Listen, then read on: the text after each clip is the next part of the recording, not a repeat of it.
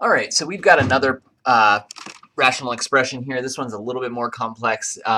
It is factored for us, but we're going to try to break this up. Now, the thing is, since I have multiple factors down here, last time we had two factors. If you take a look back at the previous problem, we had two factors down here, and we end up having to have two fractions. Well, how many factors do we have here? We actually have three. We have two x's, and we have an x minus 2. So when we work on this partial fraction, it's going to be a little bit more complex because we're going to want to set up, we're going to need to do three different fractions. We're going to have a over x, and then we're going to have plus b over x squared, and then plus c over x minus 2. So you can see I had to have an x and an x squared because you can see we have an x squared. So if you have repeated factors, you have to have that factor to the first degree, then that same factor to the second degree. If it was a third degree, we need another one of those. And then we have just one x minus 2, so we're going to have that there. And again, we want this to be equal to x plus 1 over x squared, x minus 2. Now, just like last time, what's our LCD? It's going to be this x squared minus 2 is our least common denominator, or x squared times x minus 2. So I'm going to multiply everything through by that x squared x minus 2 term. So I'm going to put that into the numerator of all of these. This is similar to when we solve these rational expressions. And then we'll put another one, x squared x minus 2 here. Now we're going to cancel stuff out, right? So here I have an x squared and an x, so the x is going to cancel, and then I'm just going to cancel one of those x's. So my first term is going to be a, and then it's going to be x, right, parentheses x minus 2. This is because there were two x's when canceled, so there's just one left. In the next term, it's going to be, well, the x squareds are actually going to cancel here, and it's going to be b x minus 2. And then the x minus 2's are going to cancel here, and we get plus c x squared equals the x minus 2's canceled, the x squareds cancel, and we just have that x plus 1 left over. All right, we're going to do something similar to what we did on the last problem, which is, can we find numbers that will zero terms out? This is going to work for 2 out of the 3 letters for us, because I can see if x is 0, if I put a 0 in for x, you can see the 0 right here is going to knock this term out, right? The 0 right here is going to knock this term out, and then it's going to leave me with this b term that I can solve. So the first x I'm going to work with is x equals 0. I'm going to plug that in. It's going to give me it's going to be a times 0, and then 0 minus 2, plus b times 0 minus 2, plus c times 0 squared equals 0 plus 1. And then we can see that this term is going to get canceled out because I get a 0. A times 0, 0 times negative 2 is 0. Here, this term is going to knock out too because c times 0 squared is just 0. So I just need to work on this. 0 minus 2 is negative 2, so this is going to be negative 2b. Whoops. Negative 2b is equal to, over here 0 plus 1 is 1.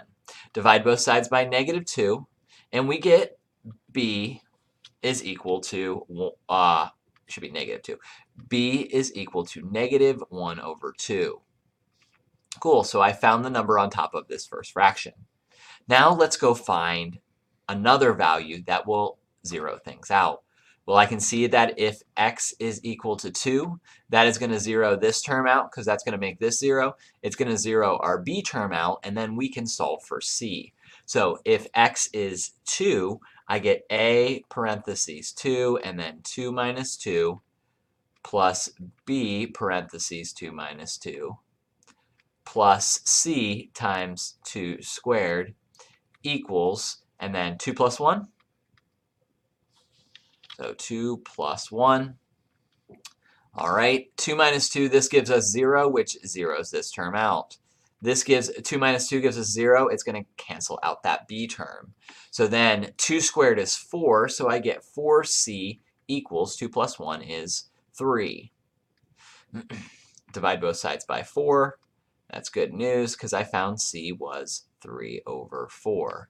So I've got my value for B, I've got my value for C, and now we want to find a value for A. So what I'm going to do is I'm actually going to go and we're going to rewrite this out, and we're going to plug in the values of B and C that we found. So we're going to work with this, and we found that A is, here, I'm actually going to do this. Let's work this down here.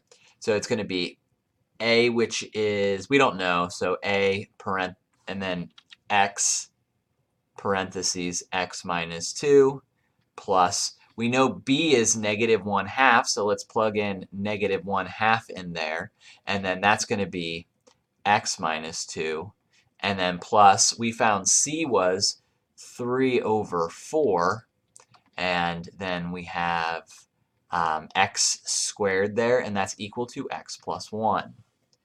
Now, really, all we have to do now is just pick any X to solve for the A. We can pick any value of X, and that's going to help us solve for A. The only two values we can't use 0 and we can't use 2 because we've already done those before. So why don't we pick X is equal to 1. So if I plug 1 in for X everywhere, I think we're going to be able to solve for C. So it's going to be A times 1, parentheses 1 minus 2. Again, I want to stress, you could have picked any value for X as long as it wasn't one we've used before. I just picked 1 because it seemed like an easy number.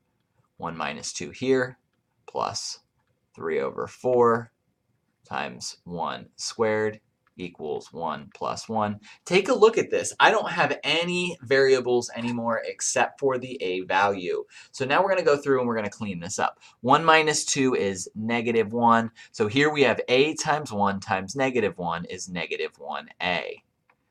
Plus 1 minus 2 is -1. -1 times -1/2 is a positive 1.